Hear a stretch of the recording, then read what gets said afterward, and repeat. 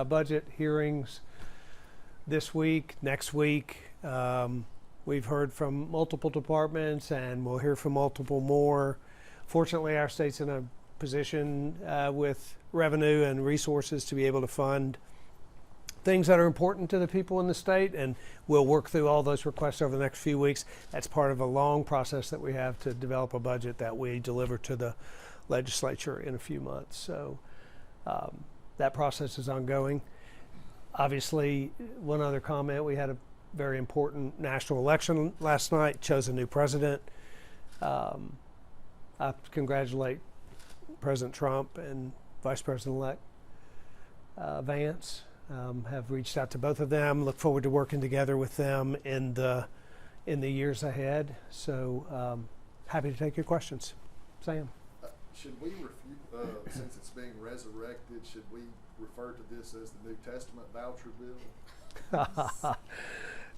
What we're doing is taking the next step on a piece of legislation that we worked on last year, didn't finish, worked on it all summer, and now it's ready. So we're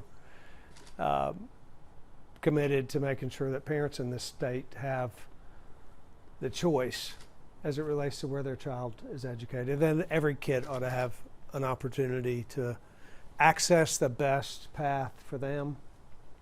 This legislation allows us to do it. Are you confident that you're going to pass it? I certainly hope that the General Assembly believes that parents deserve the right to choose where their kids go to school, and I think they do, and I think they will. I think that they're moving in that direction. Certainly, what you've seen is a piece of legislation that was put together by the General Assembly with the governor's office. It is they filed it together. They have worked to make sure that this is something that their members, that the issues that are concerning to their members have been addressed. What this is a chance to give parents choice to fund public education at levels that we've never funded before, to ensure that both opportunity for freedom, education freedom exists, and that there is no opportunity for our public schools to lose any funding in the process. That is what's come together on this piece of legislation. That's why I think it's something that lawmakers are going to find is important for the future of our state. Yep. Speaking of defunding public schools, I know you designed TISA so that the money follows the child. If a child were to get the scholarship and they get $7,000, wouldn't that eventually, over the years, take money away from public schools? Absolutely not. This bill is designed to ensure that no public school system will lose any funding at any time as a result of disenrollment. So we have understood that we can do both. We can provide for choice, and we can provide for an assurance that our public schools are funded robustly in the future. This bill makes sure of that. So there will be no reduction of funding for public schools, regardless of what happens with the children that choose an education freedom scholarship. Would the parents get a double dip, so to speak?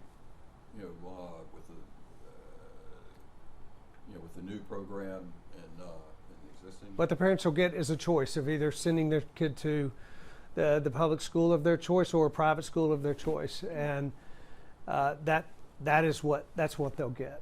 And any chance there might be a special session regarding school vouchers coming up? Well, I've been asked about special session for school vouchers. I've been asked about a special session for hurricane relief.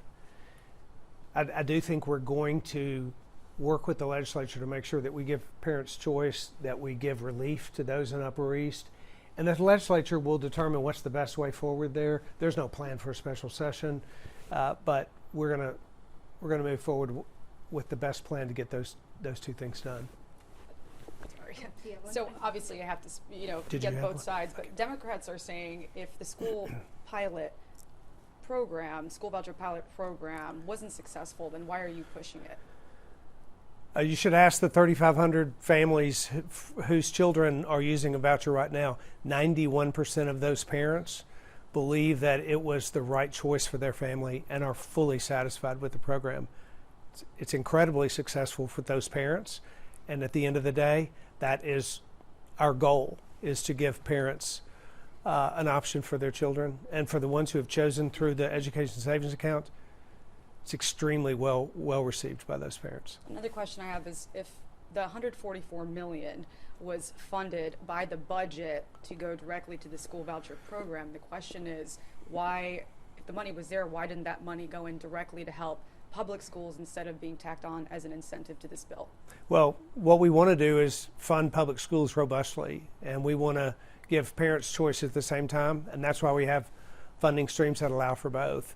We plan to include $250 million for our public school funding, as well as teacher pay raises that will put us at a level that's the 16th best in the country, and teacher bonuses as well. So this is an overall educational funding approach, and we want every kid in every school and every type of school to be successful. Yes. I'm going to shift gears a little bit. Based on the election results last night, some Tennesseans may feel they might be ignored on a federal level, given that the Republican majority is in the House, Senate, and now the presidency. What would you say to Tennesseans that are worried about that in Tennessee? And is there something you'll be doing during the legislative session to find a common ground with folks who might not see things the way that you or other Republicans do? Yeah. So I think that at the end of the day, there's a lot more that people agree upon than they disagree. I've always said that. I also think that, my goal and my service to this state is to make sure that every Tennessean is served. And everyone doesn't agree. People within the Republican Party don't always agree. People in the Republican and Democrat Party. But understanding and learning to disagree better and to agree to disagree and to hear the voices of every constituent in the state, that's the way I believe that we should govern. We have a democracy where elected officials are chosen, and the people make those decisions, just like what happened last night. The people, regular, everyday Americans, choose their president, and they're very smart, and they resoundingly made a decision last night that they thought was in the best interest of the country. And I think our federal elected officials here in this state care about every Tennessean. I certainly do. I think we will all work together to listen to our constituents and to make sure that we find a way forward. Jonathan? Governor, President Trump has promised mass deportations. Some of this could rely on states. Do you have any plans for the use of the National Guard to help carry out some of these deportations? And if so, what would that look like? Have you had conversations early on with future administration? So, the election was last night, so I haven't met with any folks yet about their plans. I don't know what their plans are. Elections and campaigns, there's a lot said in campaigns and elections, but at the end of the day, now someone's been elected, they will begin to put together their plans, and I will work together with them to make sure that Tennessee is well served.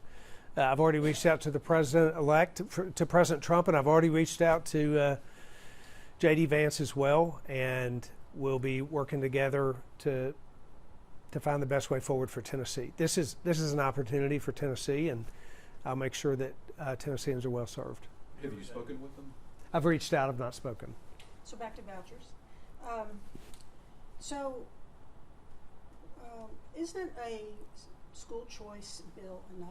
Why marry a school choice legislation, if it's that important, with funding for public school needs? It seems to mix it up a little bit, and shouldn't lawmakers be allowed to make a vote just on the school choice part without those other? I think what's important for me is that this piece of legislation represents a commitment to education.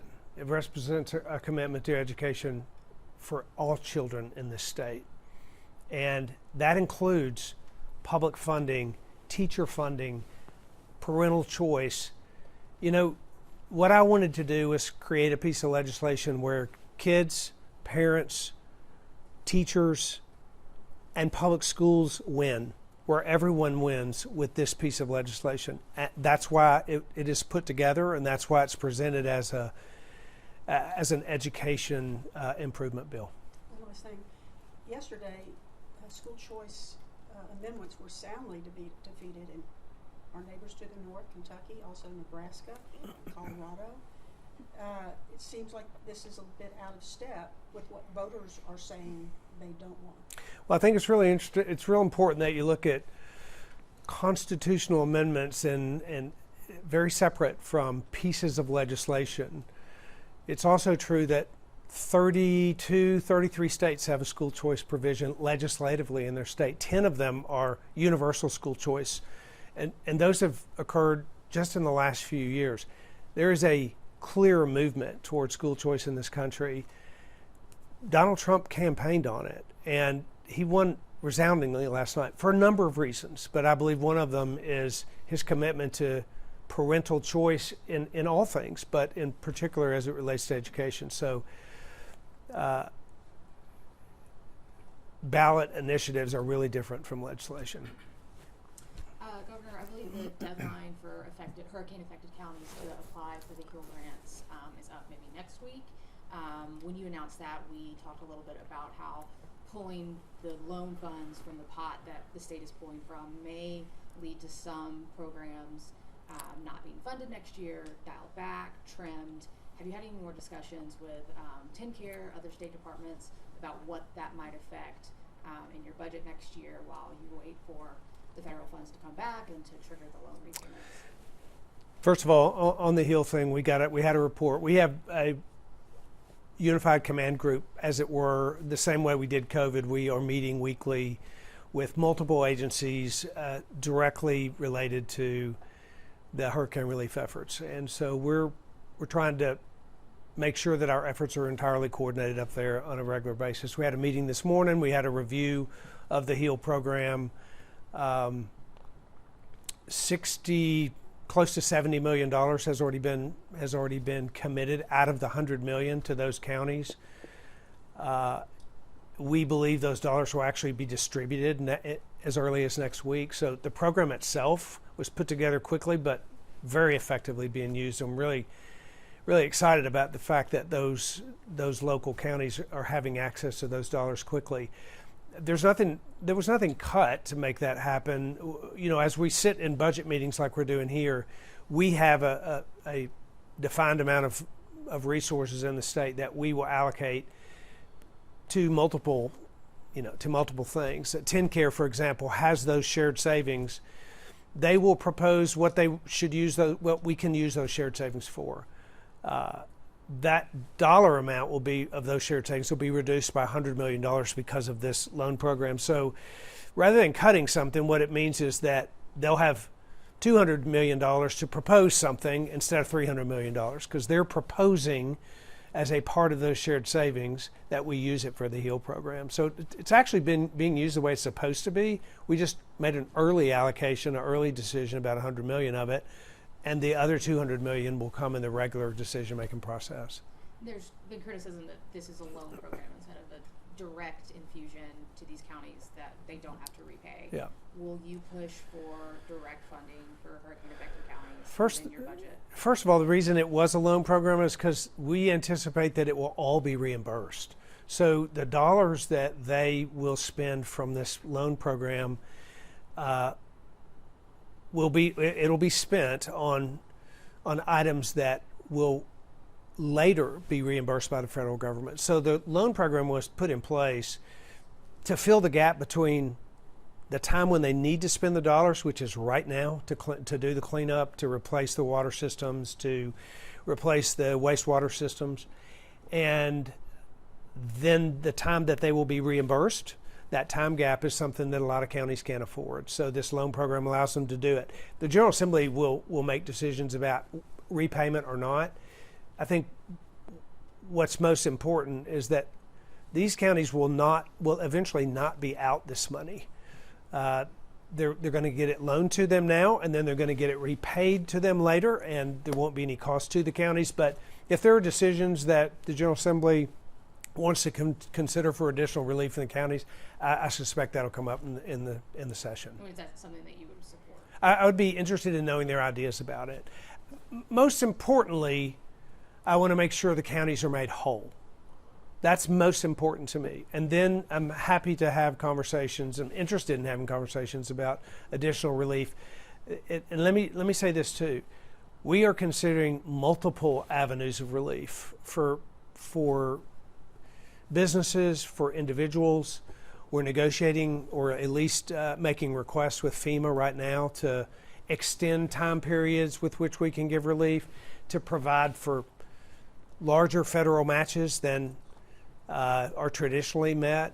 We're introducing a new housing assistance program that we've not utilized before that FEMA's offered for this particular disaster. So there are a lot of ways that we're going to provide relief, HEAL being just the very first one.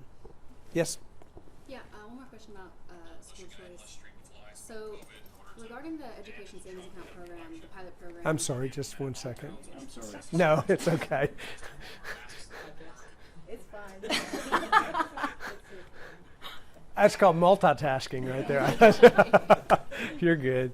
So regarding the education savings account pilot program, is there an end date in mind for that, or if not, how long, if not indefinitely, do you anticipate that operating in tandem with the education freedom scholarship should that pass? Yeah, I'll have to get you the detail on that because I don't know the answer legislatively as to the end date of it. But our plan is that they would operate alongside one another. There's no sunset. Yeah, so I don't know if there is a legislative plan to end it, but our plan, as I understand it now, clearly it's for education freedom scholarships to become universal in the future, and to the degree that they work alongside education savings accounts, I suspect that'll be the way forward. Thanks everybody. Thank you. Thank you. President-elect Trump referred to you as a rhino, yet you campaigned for him on social media and so forth, and now you're speaking glowingly of him. Are you over that, or I mean, what's the fallout? Have you all ever talked about it? Have you all made Yeah, up? President Trump and I have a long history, as you know, of working together, and over the 4 years that he was the president. And as I said, I've already reached out to him and plan to continue that relationship. And I suspect I know it'll be good because it'll be robust.